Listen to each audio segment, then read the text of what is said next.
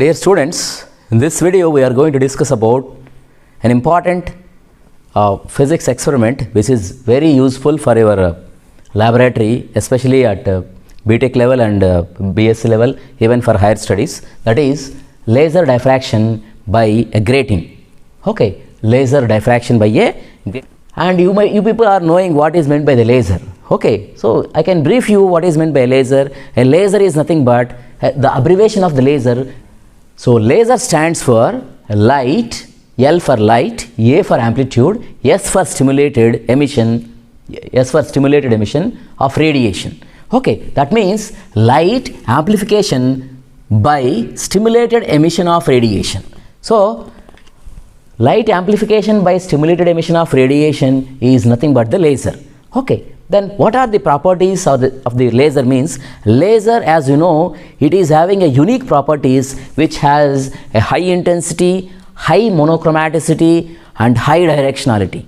Okay, so high intensity, that means which is having a high intensity, nothing but high amplitude, right?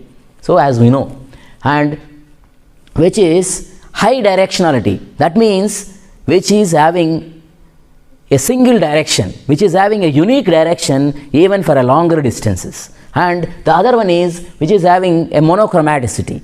What is meant by monochromaticity? Which is having single color. Chromaticity, that means which is having single color. Okay, so this kind of unique properties of the light is nothing but that is a laser.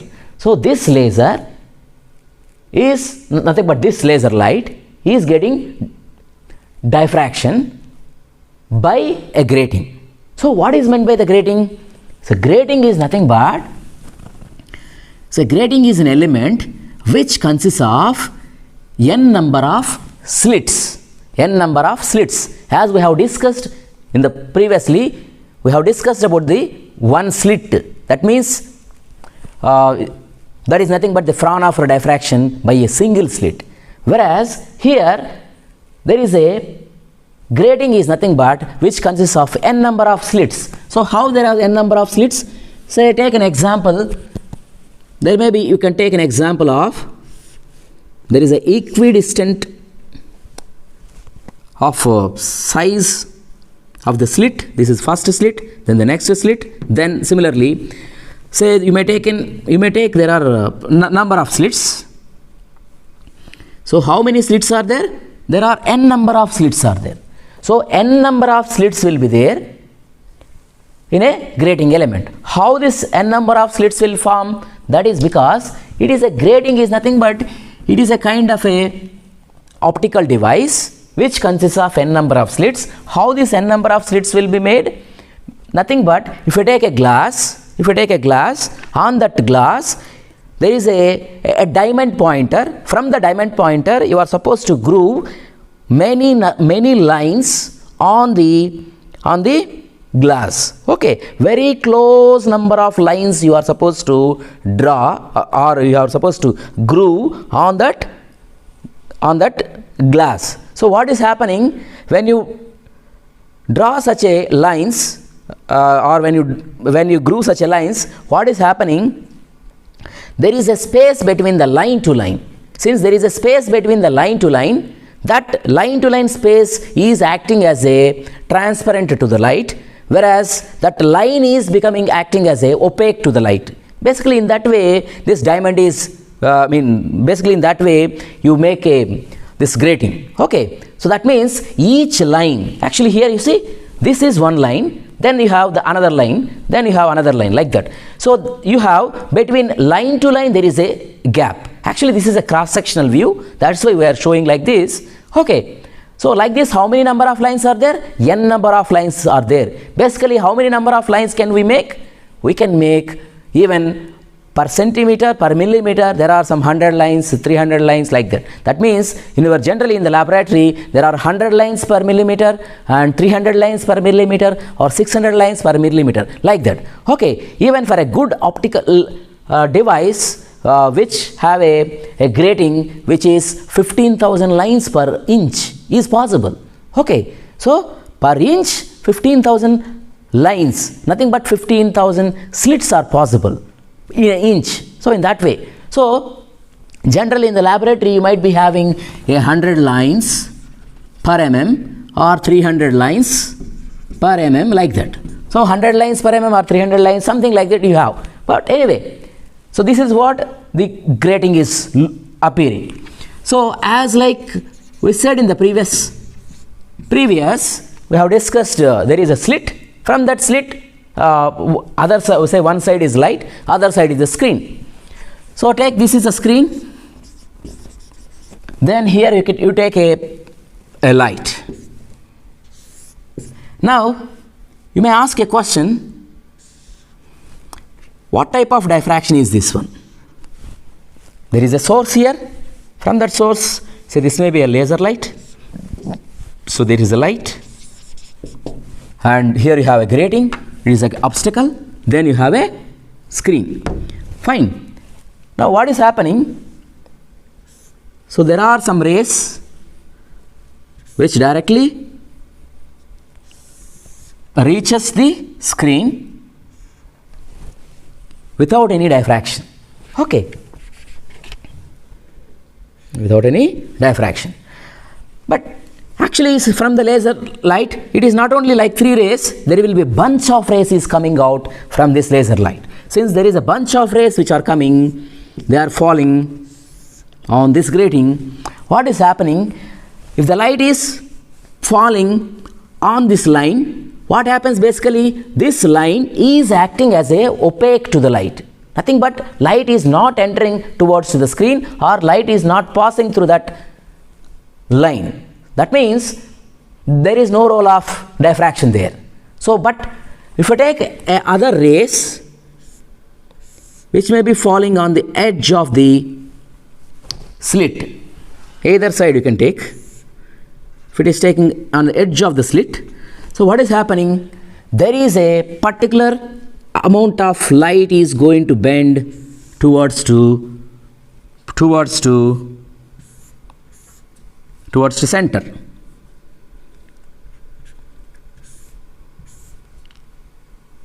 Towards to center, like this. That means you have taken that there is a particular amount of light which is incident on the edge of the slit. Okay. So as we have seen, there is a one point and there is another point. So there is a particular amount of bending is taken here. Okay. That means this amount of bending, generally we know that the bending of light around an obstacle is called the diffraction. Okay, this bending of light is reaching to this point. Similarly, this one is also reaching to this point, to the center point. Okay, and they are getting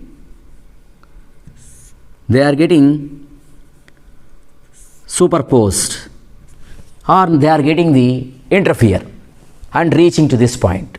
Okay, since anyway this light is traveling straight and reaching this point, that's why you take this is say one order of the spot. Okay, similarly now you can ask me a question, why only there are rays which are going towards the point where we have taken, say O is a point. Okay, whether all the rays whichever is incident on here will go towards to the center? No, there are rays, some amount of rays goes towards to up from that point, and some amount of ray is going towards to down also.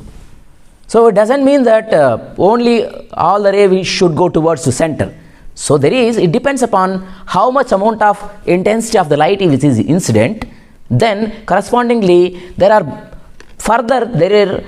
multiple rays which are coming from this point going towards to the screen, not only to the center point, away from the center point, even to the upside or also to the downside. So in that way is going to happen. That's why what is happening here, this rays which they are going towards. Now you may ask you a question, only these two rays are only these three rays are there? No, you can take again. The other ray may be like this, then the other ray may be like this. So like this you have, how many rays we have taken? 5 rays we have taken from this point. Similarly, you can take, there may be the other amount of rays from this point also they will reach towards to upside and reach to the different points, similarly to the downside. Okay, so what is happening here? There are rays which are coming from different points. So as we have seen, the diffraction is nothing but the mutual interference of secondary wavelets. So each point from here, they are acting as a secondary wavelets. These secondary wavelets, they are traveling some unequal distances to different points, then they are getting superimposed and getting the interference. So that interference is observed, that interference is happened and the diffraction pattern is observed on the screen. Okay, diffraction is happened here, but we are observing due to the mutual interference of these secondary wavelets and reaching to the point on the screen. Now you may ask that there are different kinds of order of diffractions will happen. So the center one is called the zero order. Then the one side, basically it is like a conventionally we take say this is positive and the downward is negative. So we take this is first order. This is also first order. Of course it is negative side and this is positive side. Similarly you have a second order. Then you have a second order and downward also. So what is happening here?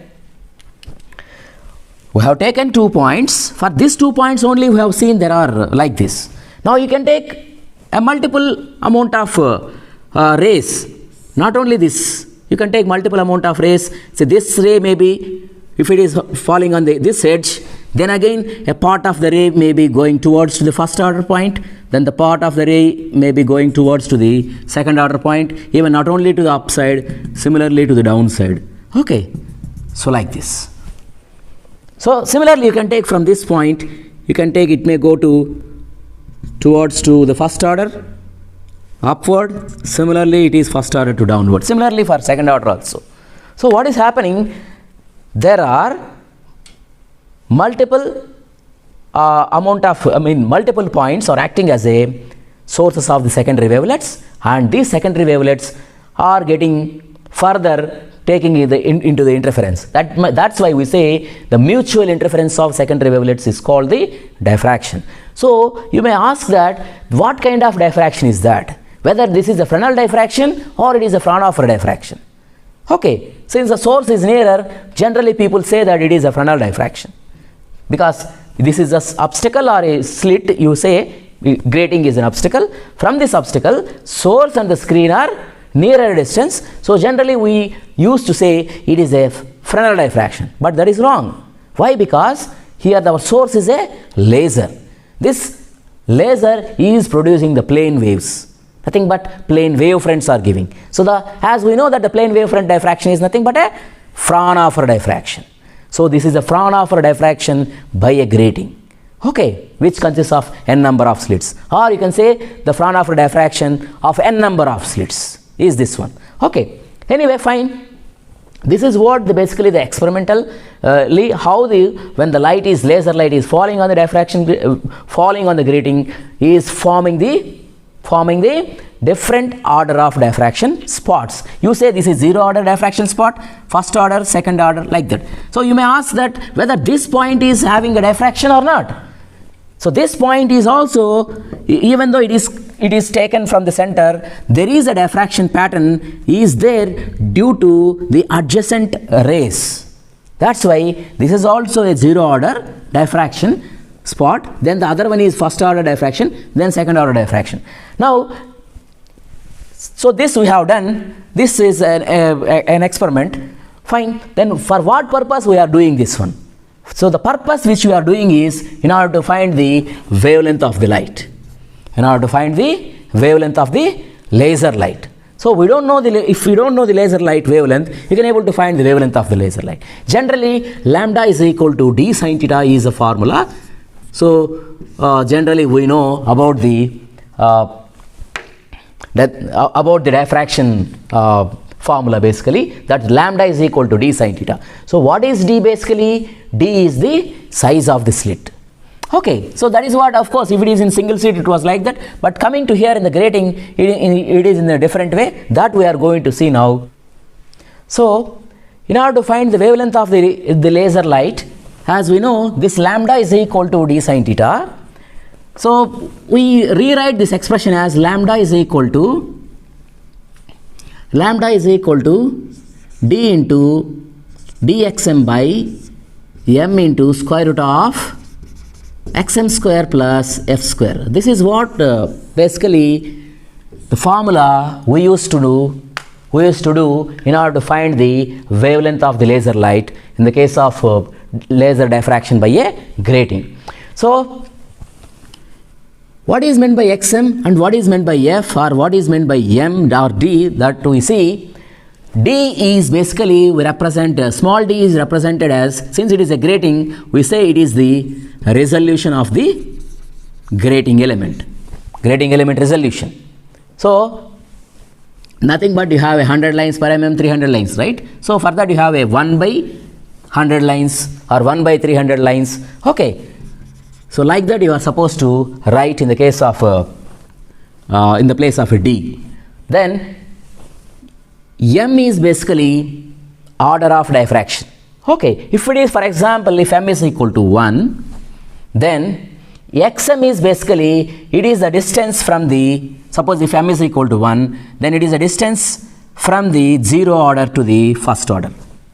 Okay, so basically for accuracy purpose we calculate this xm is equal to xml plus xmr divided by 2. Nothing but xm of left and xm of right, nothing but from 0 order to first order. Say for example, if you take the downward is the left, so this is xml, the other side is xmr. So xml plus xmr divided by 2 is the average distance from the 0 order to the first order, if only when m is equal to 1. Okay, then so m is equal to 1, xm value we have calculated, because there is a screen, right? On the screen you are able to observe there is a different order of spots. Okay, in that way you can able to find, and f is the distance from the grating to the screen.